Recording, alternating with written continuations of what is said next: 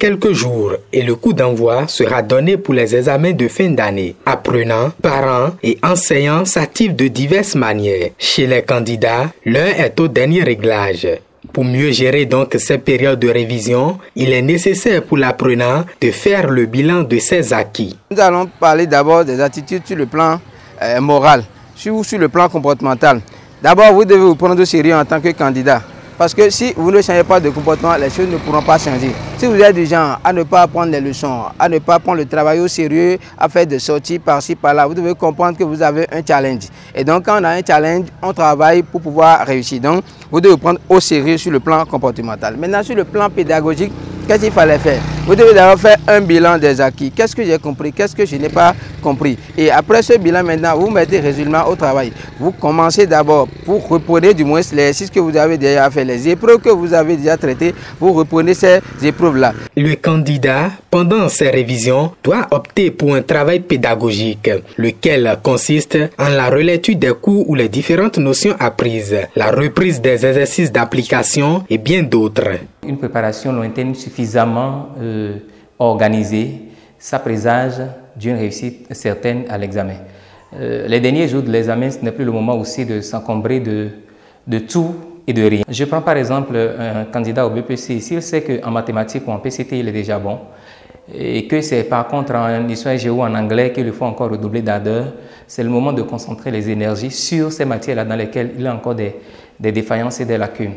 Ensuite, il faut mettre un point d'honneur sur le travail pédagogique. Et quand je parle de travail pédagogique, je pense à la relecture des cours reçus depuis le début de l'année. Je pense à la reprise des exercices d'application contenus dans les cahiers. Je pense à la mémorisation des notions qui méritent d'être mémorisées. Je pense aussi à la reprise des exercices reçus en classe, faits personnellement à la maison, les séances de travaux dirigées, les épreuves des évaluations des compositions des devoirs, les épreuves des autres établissements et surtout les épreuves des examens des années antérieures. L'une des grandes difficultés rencontrées par les candidats durant ces périodes d'examen est la gestion du stress, un état émotionnel qui constitue parfois une source de perturbation pour l'apprenant. Pour y faire face, le candidat est appelé à éviter certaines habitudes et savoir mieux gérer son temps. Les changements d'habitude brusques sont souvent considérés comme la cause de stress. Donc il est très important de veiller à ce que les habitudes ne soient pas trop écartées. C'est-à-dire que les habitudes en période scolaire ne diffèrent pas des habitudes lorsque le candidat veut passer son examen. Une autre chose, c'est déjà d'éviter les révisions de dernière minute. Lorsque je parle de révision de dernière minute, c'est pour mettre un point d'honneur sur la notion de la gestion du temps. Parce que généralement, il y a beaucoup d'apprenants qui attendent la veille ou bien qui attendent un mois avant, 2 semaines avant les examens pour commencer à apprendre. Cela fait que lorsque les examens viennent, ils ne sont pas suffisamment prêts. Donc, ils commencent à tituber, ils commencent à douter et puis du coup, ils sont emportés. Le stress est déjà à son paroxysme. En dehors d'être des éducateurs et protecteurs auprès des enfants, les parents doivent aussi jouer pendant cette période cruciale un rôle capital dans la réussite des enfants. Ils doivent constituer pour ces derniers une source de motivation et de réconfort. Ce n'est pas le moment aux parents de faire des reproches à l'en point fini. Actuellement, les enfants ont besoin d'être soutenus. Je dis bien d'être soutenus. Vous devez les accompagner, vous devez les motiver. Le rôle des parents maintenant, c'est la motivation. Donc, les parents doivent constituer, dans un premier temps, un moteur d'encouragement. Avec les parents ou bien dans l'environnement familial, l'enfant ou bien l'apprenant, le futur candidat, doit pouvoir se retrouver dans un calme. C'est-à-dire que les parents sont présents pour partager avec l'apprenant ses craintes, ses peurs, ses angoisses par rapport aux examens, et ils doivent être à même de le rassurer afin qu'il puisse tenir bon. Les spécialistes ont saisi l'occasion pour prodiguer quelques conseils aux candidats. Les examens de fin d'année s'ouvrent le lundi 3 juin 2024 sur toute l'étendue du territoire béninois par le certificat d'études primaires CEP. La préparation avant d'aller composer à l'examen, c'est une chose. Mais le mental et les dispositions physiques, psychologiques, pédagogiques que le candidat doit s'approprier, ou dont le candidat doit s'approprier, c'est important aussi pour espérer la réussite. Et pour y parvenir, c'est que avant d'aller dans le centre de composition, le jour de l'examen, le candidat doit prendre les précautions pour aller voir dans quel centre il compose. Ça, c'est important parce qu'il faut prévenir les impondérables. Si c'est le jour de l'examen même que vous allez découvrir votre centre de composition, vous pourrez être surpris par non seulement les aléas climatiques, mais aussi le temps dont vous disposerez pour vous rendre dans ce centre-là. Donc, il n'est pas indiqué de découvrir son centre le jour de l'examen. Quelques jours plus tôt, il faut aller voir là où on compose et ça vous permet d'apprécier aussi la distance qui sépare votre domicile du centre de composition. Ensuite, la veille de l'examen, prenez 1 heure à 2 heures de temps de repos personnel. Repos véritablement intime. Oubliez à un moment donné que vous allez composer le lendemain. Ce vide que vous allez faire autour de vous vous permet de calmer vos esprits, de descendre le mercure de la pression. Et puis le lendemain, se réveiller suffisamment tôt pour être dans le centre de composition au moins 1 heure à l'avance. Ce qu'on fait à 7 heures, le portail est fermé.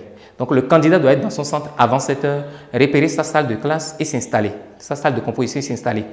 Ce n'est pas non plus le moment des grandes retrouvailles où il faut faire les accolades entre amis, vouloir saluer tout le monde. Non, quand on a retrouvé sa salle de composition, on s'installe et on attend l'arrivée du premier surveillant. Le premier surveillant qui vient avec les feuilles de composition et qui nous donne les instructions par rapport au remplissage. Il peut arriver aussi qu'on tombe sur un exercice qu'on avait déjà traité par le passé. Ce n'est pas le moment de s'affoler, ce n'est même pas utile de s'affoler ou de se mettre dans tous ces états, de s'agiter au point de montrer à l'entourage qu'on a déjà traité cet exercice. Parce qu'un exercice que vous êtes revenu à l'examen peut avoir un petit détail de modifier sans que vous ne vous en aperceviez. Donc, prendre le temps de se calmer, même si c'est un exercice qu'on a déjà traité, faire même comme si on ne l'avait jamais traité et l'aborder sereinement. Quand on a fini de composer, c'est inutile, véritablement inutile de vouloir discuter des résultats qu'on a trouvés parce que ce qui est fait est fait. Si 2 personnes vous disent qu'ils ont trouvé x égale 1 et que vous avez trouvé x égale moins 1, il peut vous déstabiliser alors que peut-être, au grand peut-être, c'est votre réponse qui est juste. Donc ne pas se torturer mentalement, moralement en cherchant à revoir ce qu'on a déjà fait, même si les enseignants qui vous ont gardé à la maison viennent demander l'épreuve, s'il vous plaît, chers candidats, cachez les épreuves. Même aux parents, il ne faut pas leur faire voir l'épreuve. Et vous-même, entre camarades, ne parlez pas de ce qui a été fait. La Fondation Friedrich Ebert a organisé le mardi 28 mai 2024 un café politique. Ceci pour lancer la formation des jeunes leaders de la 11e promotion. Ce café est un espace d'échange entre les jeunes pour penser et discuter des différentes crises qui secouent l'Afrique. Le café politique, c'est l'espace que la Fondation a trouvé à offrir à ces jeunes leaders, à ces alumni de se retrouver de temps en temps aussi et d'échanger avec d'autres jeunes sur des thématiques qui impactent les jeunes. Les discussions du panel ont tourné autour du thème « Crise de la démocratie en Afrique subsaharienne, regard croisé des citoyens ». À travers cette thématique, les panélistes ont d'abord fait ressortir les différents maux qui minent l'Afrique et ont ensuite proposé des pistes de solutions. Nous avons commencé par faire l'état des lieux en nous posant la question de savoir s'il y a vraiment crise de la démocratie dans notre espace ouest africain. Et nous en sommes arrivés à la conclusion que oui, il y a énormément de faits autour de nous et à l'intérieur de notre pays qui montrent à suffisance que la démocratie est en crise dans l'espace ouest africain. On a fini par relever quelques recommandations, à savoir que les gouvernants doivent comprendre une chose. L'aspiration première des peuples africains, notamment de l'Afrique de l'Ouest, c'est le bien-être. Et le bien-être, ça va passer par la réalisation de tous nos droits humains, de tous nos droits fondamentaux, y compris des libertés fondamentales. Les médias, la liberté des médias également, c'est un élément sur lequel nous sommes revenus. Et nous avons fait un clin d'œil aux populations que nous sommes et à chacun, chacune pour que la veille citoyenne puisse prendre en fait son droit de citer. La crise au niveau de la CEDEAO, c'est une crise démocratique et il faut la traiter de manière démocratique. C'est un faux débat que de vouloir régler les problèmes démocratiques et pas des coups d'État. Et pour moi, les coups d'État sont déjà des choses vues par le passé des années 70, 70 qui n'ont pas de solution. Recourir encore au coup d'État et penser qu'on va régler les problèmes que nous avons en Afrique dans la CEDEAO, c'est faux. Ça veut dire que cette option, elle est la pire des options qu'il ne faut pas explorer. En dehors des réformes qui sont faites, qui sont des réformes salutaires, il y a encore des choses à améliorer dans le système partisan. pour aider les partis politiques à mieux jouer leur rôle. Et que les partis politiques désormais doivent davantage former les militants, les aider à avoir les informations nécessaires pour être des militants dignes, pour défendre les acquis démocratiques et contribuer à sa consolidation. Les participants de leur côté ont apprécié la qualité des discussions et la pertinence du sujet. Ils sortent mieux aguerris. Nous avons discuté aujourd'hui. Je pense qu'il y a de la matière à espérer. Déjà que des jeunes se mettent ensemble et réfléchissent sur ce genre de thématiques. On parle du recul démocratique en milieu subsaharien et principalement au Bénin. Il fallait faire des recommandations et je pense que les discussions que nous avons eues aujourd'hui nous permettent vraiment de relancer l'espoir et d'espérer vraiment en cette jeunesse qui a beaucoup à donner pour la République. Donc je retiens surtout que nous partons avec beaucoup d'espoir. Nous n'avons pas seulement discuté, nous avons fait un certain nombre de recommandations qui d'ici là seront publiées, qui pourront être utilisées politiquement, socialement. J'ai beaucoup appris ce soir et je sais que dans le monde d'activistes, depuis un jour des fruits, je sais que la politique n'est pas juste pour l'homme, c'est aussi pour la femme. C'est ce que j'ai retenu ce soir. Ce café politique a pris fin par une phase questions-réponses et le lancement de l'ouvrage des jeunes leaders de la 10e promotion. La 10e promotion des jeunes leaders du Bénin a procédé au lancement de son ouvrage intitulé « Le Bénin de demain, une construction d'aujourd'hui ». C'était le mardi 28 mai 2024 au cours d'un café politique tenu à la Fondation Friedrich Ebert. Ce livre est le fruit de la passion et l'engagement de 15 jeunes leaders du Bénin qui ont décidé de partager leur savoir-faire pour contribuer à la construction de l'avenir du Bénin. L'objectif de cet ouvrage est de contribuer à la réflexion sur les problématiques importantes qui jonchent le processus de développement du Bénin de demain. Il s'agit d'une initiative visant à documenter les savoirs actuels et les aspirations des jeunes qui se préparent à diriger le Bénin de demain. Cet ouvrage, qui est désormais mis à la disposition du public, aborde différents sujets. Le droit, l'engagement de la femme en politique, la géopolitique sont quelques aspects abordés. Dans cet ouvrage, il y a eu plusieurs expertises qui ont été mises en commun. Et nous avons parlé de sujets tels que l'engagement des femmes en politique. Nous avons parlé également de droit, nous avons parlé de géopolitique, nous avons abordé plusieurs thématiques. Et cet ouvrage-là, je pense qu'il faut le lire pour pouvoir savoir qu'est-ce que nous, en tant que jeunes, nous pensons de la gouvernance de la démocratie, particulièrement en ce qui concerne notre pays.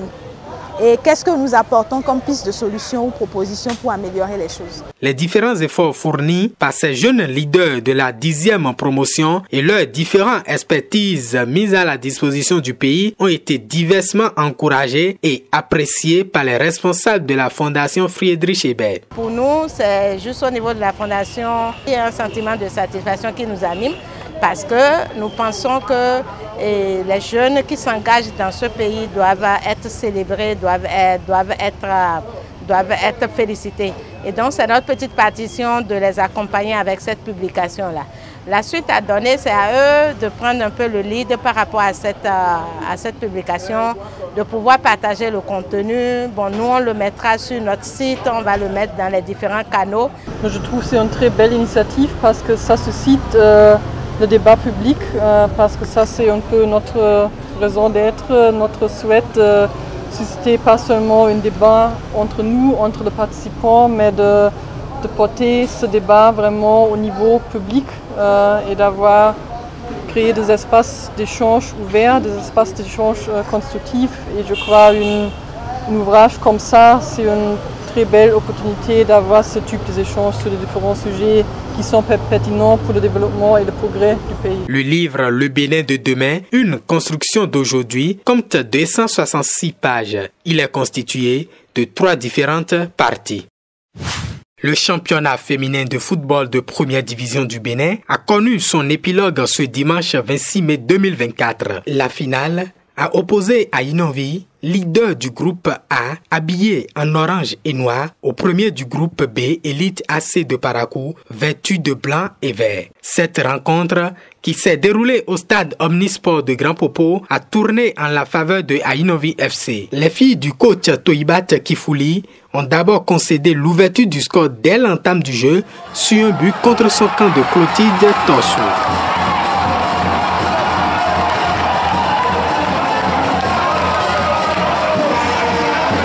L'avantage est ainsi donné aux filles de la cité de Koburu qui ont maîtrisé la rencontre, empêchant ainsi leur adversaire de revenir au score. Mais cet avantage ne va durer que quelques minutes, car Yasminat Djibril, sur un coup franc à l'entrée de la surface de réparation, va rétablir la parité.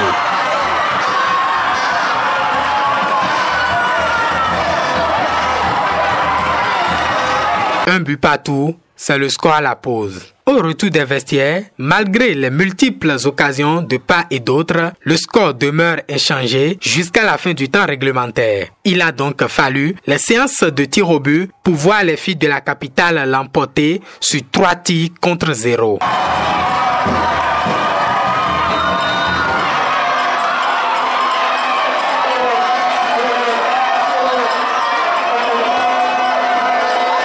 Aïnovi remporte donc son premier titre après avoir échoué aux portes de la finale en 2021-2022 et lutté contre la relégation en 2022-2023. Après une finale ratée il y a 2 ans, la saison dernière on a fait presque une piètre figure, mais on est revenu en force cette année.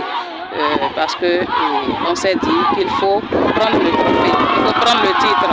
Et on a renforcé l'équipe et on a travaillé. Les filles savaient ce qu'elles avaient à faire. Et puis, on leur a dit de ne pas baisser les bras, que rien n'était encore joué et il faut rester concentré sur l'objectif. Du coup, c'est ça qui a valu l'égalisation. Elite AC de son côté, malheureux finaliste, ne peut que se contenter de son titre de vice-champion. L'équipe devra donc se préparer pour la saison prochaine. Aucune des équipes n'a démérité. Vous avez vu, c'était un match âprement disputé. Si l'arbitrage était impartial, neutre, vous aurez eu le temps de voir encore un beau football. Je voudrais alors souligner du courage et de félicitations à l'équipe adverse qui a gagné. Bonne continuation à elle. Quant à nous, nous allons donc prendre leçon. Nous allons tirer des leçons de ce qui s'est passé aujourd'hui et rebondir prochainement. Terminée la saison 2023-2024, Aïnovi prend ainsi la succession de Sam Nelly et va représenter le Bénin lors des qualificatifs UFOA B pour la Ligue des champions féminines de la CAF.